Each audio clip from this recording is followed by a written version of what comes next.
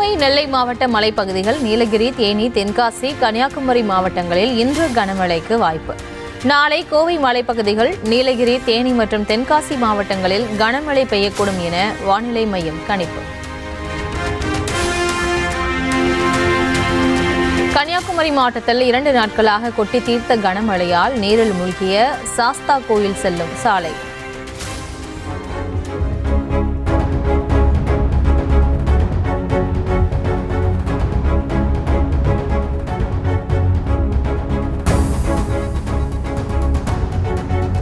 வாகன ஓட்டிகள் அவதிக்குள்ளான நிலையில் வீடுகளுக்குள் வெள்ளம் புகுந்ததால் மக்கள் கடும் அவதி.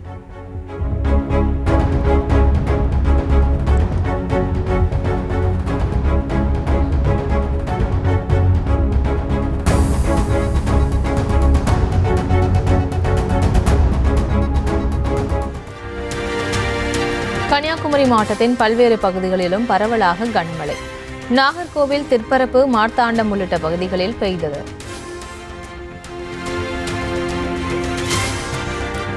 தொடர் கனமழையால் கன்னியாகுமரியில் உள்ள திற்பரப்பு அருவியில் கடும் வெள்ளப்பெருக்கு. ஆக்ரோஷமாக நீர் விழுவதால் குளிக்க தடை விதிக்கப்பட்டு தீவிர கண்காணிப்பு.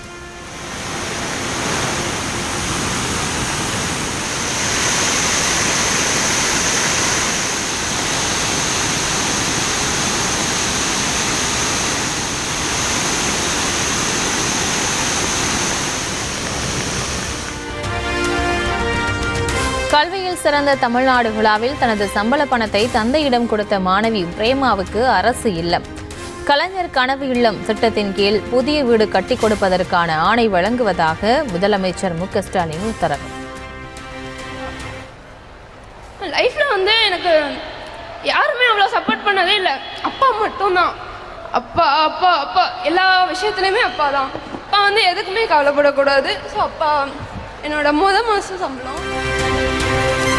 தமிழ் சினிமாவின் ஜேம்ஸ் பாண்ட் என்று அழைக்கப்பட்ட நடிகர் ஜெய்சங்கர் வசித்து வந்த நுங்கம்பாக்கம் கல்லூரி பாதைக்கு ஜெய்சங்கர் சாலை என்று பெயர் சூட்டல். தொலைக்காட்சி தொடர் தயாரிப்பாளர் SV வெங்கட்ராமன் பெயர் சூட்டப்பட்ட மந்தைவெளி 5வது குறுக்கு தெரு பலகையும் முதலமைச்சர் மு க ஸ்டாலினால் திறந்து வைப்பு.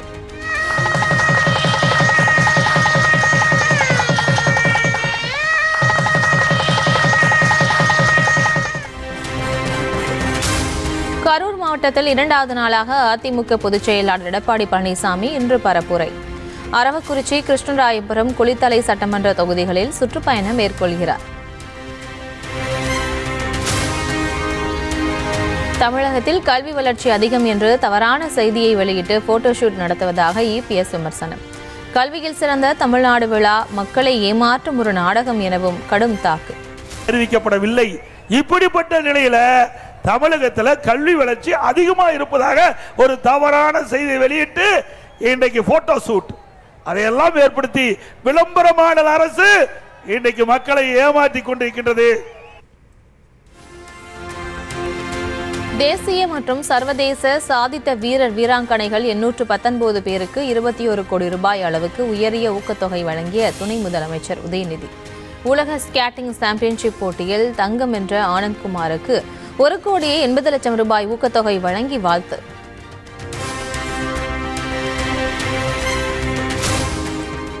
டிடிவி, OPS உள்ளிட்டோரை சந்தித்து பேசியதாக வதந்தி பரப்பப்படுவதாக அதிமுக முன்னாள் அமைச்சர் செங்கோட்டையன் குற்றச்சாட்டு. அதிமுக ஒருங்கிணைப்பு பணிக்கு இடையூறாக திட்டமிட்டு சிக்கலை ஏற்படுத்துவதாகவும் வேதனை. என்னை பொறுத்தவரையிலும் இன்று வரையிலும் குறிப்பிடுகின்ற யாரையும் நான் சந்திக்கவில்லை என்பதும் நான் இந்த நேரத்திலே தெளிவாக தெரிவித்துக் கொள்கிறேன். இதுபோன்ற வதந்திகளை பரப்பி எனக்கு ஒரு அவப்பெயர் வர வேண்டும் என்ற நோக்கத்தோடு சில பேர் திட்டமிட்டு இந்த செயல்பாடுகளை செய்து வருகிறார்கள். இல்லை, என்னுடைய நோக்கம் எல்லோரும் ஒருங்கிணைக்க வேண்டும். அந்த நோக்கத்திற்கு சில பேர் இதுபோன்ற வதந்திகளை பரப்பி அது உண்மையிலே வேதனை அளிக்கக்கூடிய ஒன்று. கரூர் வேலுச்சாமிபுரம் பேருந்து நிறுத்தம் அருகே நாளை தாவேக தலைவர் விஜய் பிரச்சாரம் செய்ய காவல்துறை அனுமதி. எதிர்க்கட்சித் தலைவர் EPS பிரச்சாரம் செய்த அதே இடத்தில் விஜய் பிரச்சாரம் செய்ய அனுமதி தந்த மாவட்ட போலீசார்.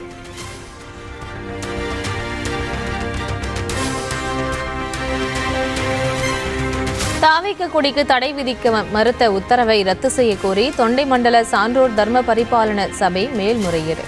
மனுவிற்கு 6 வாரங்களில் பதிலளிக்க தாவேக தலைவர் விஜய்க்கு சென்னை உயர்நீதிமன்றம் உத்தரவு.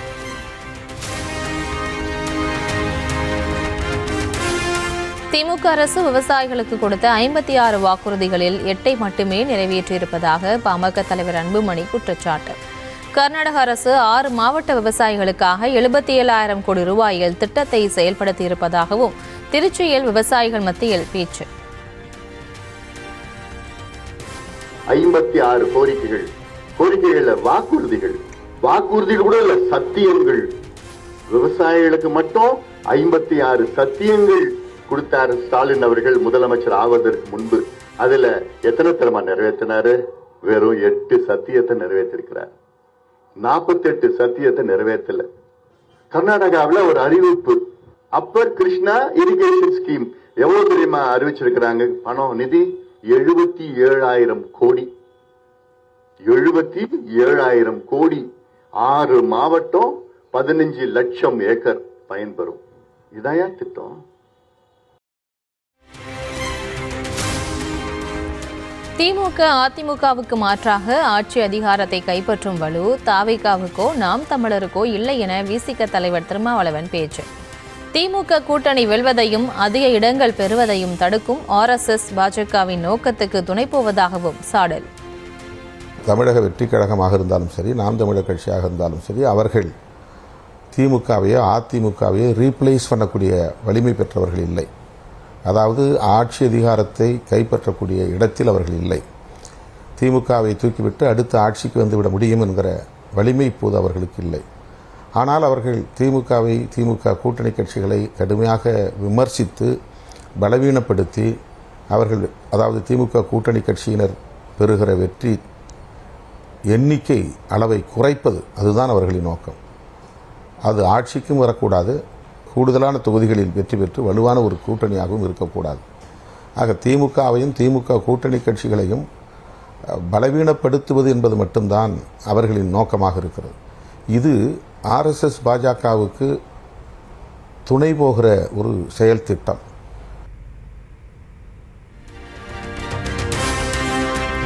பள்ளிக்கு அறிவாலை தூக்கி செல்லும் நிலை வந்துவிட்டதாக தமிழக பாஜக தலைவர் நயினா நாகேந்திரன் வருத்தம். நடிகர்களை நிகழ்ச்சிக்கு வரவழைத்து திமுக அரசு விளம்பரம் தேடிக் கொள்வதாகவும் விமர்சனம். நீங்க எப்படி பாக்குறீங்க? நீங்களே பதிலே சொல்லிட்டீங்க, பையிலே அருவாளை தூக்கிட்டு போறாங்க அப்படின்ட்டு. அந்த அளவுக்கு தான் இன்னைக்கு சட்டம் ஒழுங்கு சரியில்லாத ஒரு சூழ்நிலை. சுய விளம்பரத்துக்காக பள்ளிக்கூடத்தையே லீவ் விட்டுட்டு மாணவர்களெல்லாம் போக சொல்லிட்டு இவங்க அவங்களுடைய விளம்பர பலகையெல்லாம் வச்சு இன்னைக்கு நடத்திட்டு இருக்காங்க. இப்படிதான் இவங்களுடைய கல்வி நடந்துட்டு இருக்கு. நடிகர்கள் எந்த கட்சியை சார்ந்தவர்களும் கிடையாது. அது மூலம் ஒரு விளம்பரத்தை தேடுறாங்க இந்த அரசு. கல்வியில் சிறந்த தமிழ்நாடு விழா பாடல் வெளியீட்டு விழா போல் இருந்ததாக சீமான் விமர்சனம்.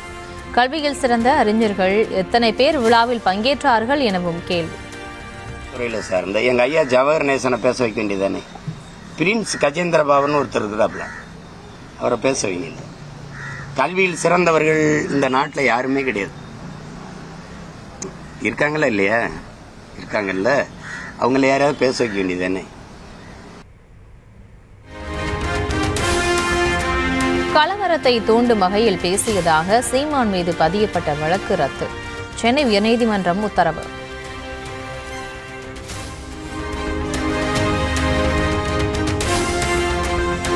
சென்னை TTK சாலையில் உள்ள அமராவதி ஹோட்டல் அலுவலகத்தில் அமலாக்கத்துறை சோதனை. 5 பேர் அதிகாரிகள் குழுவினர் திடீர் ஆய்வில் ஈடுபட்டு வருகின்றனர்.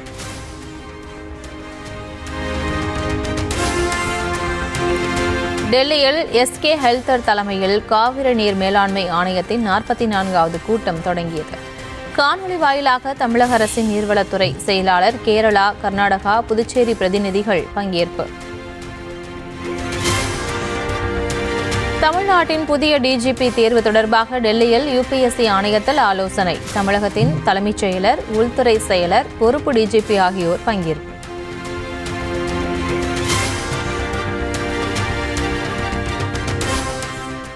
ஆயிரத்து 299 காலி பணியிடங்களுக்கான சார்பு உதவி ஆய்வாளர்கள் தேர்வை டிசம்பர் 21ஆம் தேதி நடத்துகிறது தமிழ்நாடு சீருடை பணியாளர் தேர்வாணையம். தேர்வு மையங்களுக்கான பள்ளி, கல்லூரிகள் பட்டியலை தயார் செய்து அனுப்புமாறு காவல்துறை அதிகாரிகளுக்கு சுற்றறிக்கை.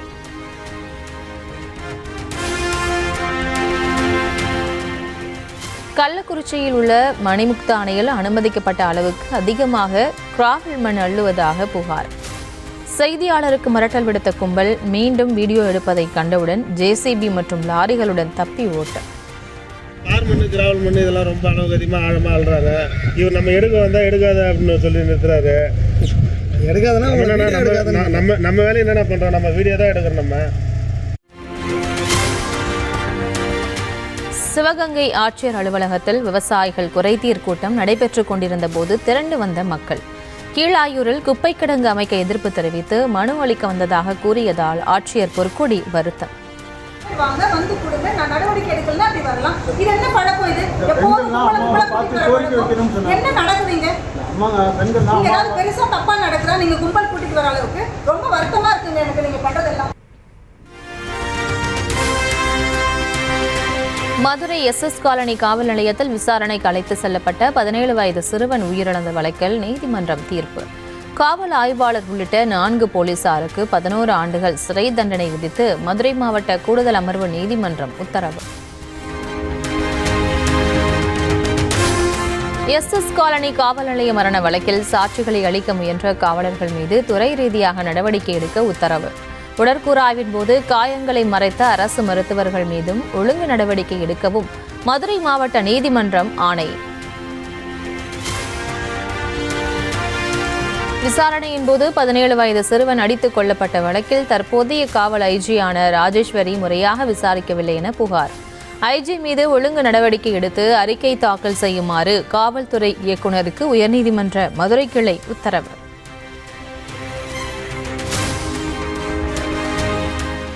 மதுரை மேலூர் அருகே சிப்காட் அமைக்க எதிர்ப்பு தெரிவித்து பொதுமக்கள் நூதன போராட்டம். விவசாயம் அழியும் என கூறி சிவன் கோவில் முன்பு கும்மி அடித்தும் வழிபாடு நடத்தியும் எதிர்ப்பு.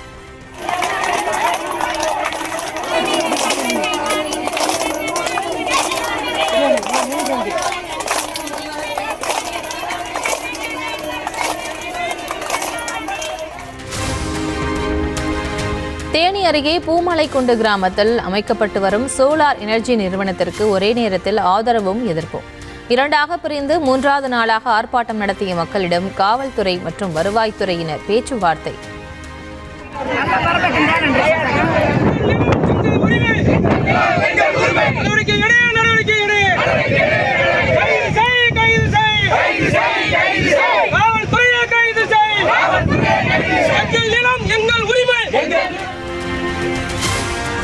புதுச்சேரி ரெட்டியார்பாளையம் கம்பன் நகரில் மழையால் டிரான்ஸ்பார்மர் பட்டாசு போல் வெடித்து சிதறிய காட்சி.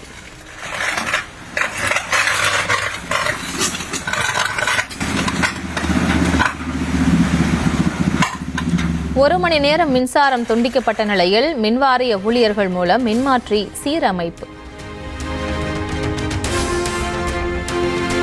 நெல்லை மாவட்டம் சுத்தமல்லியில் ஊழியம் செய்து கொண்டிருந்த கிறிஸ்தவ பாதிரியாரை தடுத்து மிரட்டியதாக புகார்.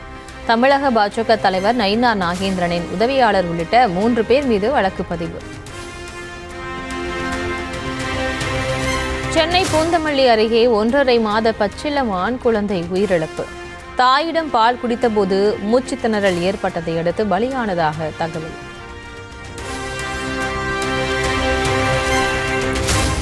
கள்ளக்குறிச்சி மாவட்டம் கல்வராயன் மலையில் கோழிக்கு குறிபார்த்த போது குறித்தவறிய நாட்டு துப்பாக்கி. பக்கத்து வீட்டில் இருந்தவரின் தலையில் குண்டு பாய்ந்து அதே இடத்தில் துடித்து பலி.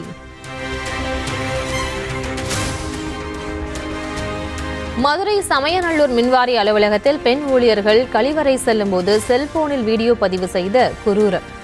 மின்வாரிய வணிகப் பிரிவு ஆய்வாளர் ராஜராஜேஸ்வரன் என்பவரை கைது செய்து சிறையில் அடைத்த போலீசார்.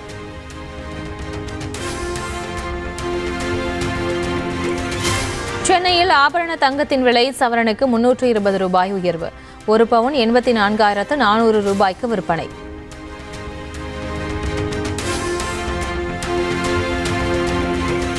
சென்னையில் வெள்ளியின் விலை வரலாறு காணாத வகையில் புதிய உச்சம். ஒரே நாளில் 3000 ரூபாய் அதிகரித்து 1 கிலோ 1,53,000 ரூபாய்க்கு விற்பனை. பீகாரில் 75 லட்சம் பெண்களின் வங்கிக் கணக்கில் தலா 10,000 ரூபாய் செலுத்தும் திட்டம். 7,500 கோடி ரூபாய் மதிப்பிலான திட்டத்தை காணொலியில் தொடங்கி வைத்தார் பிரதமர் மோடி.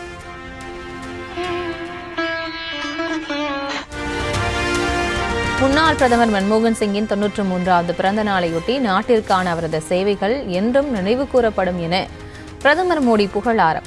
இந்தியாவின் அடித்தட்டு மக்களின் மேன்மைக்கு உழைத்த தங்கள் வழியை என்றும் பின்தொடர்வோம் என ராகுல் காந்தி உறுதி.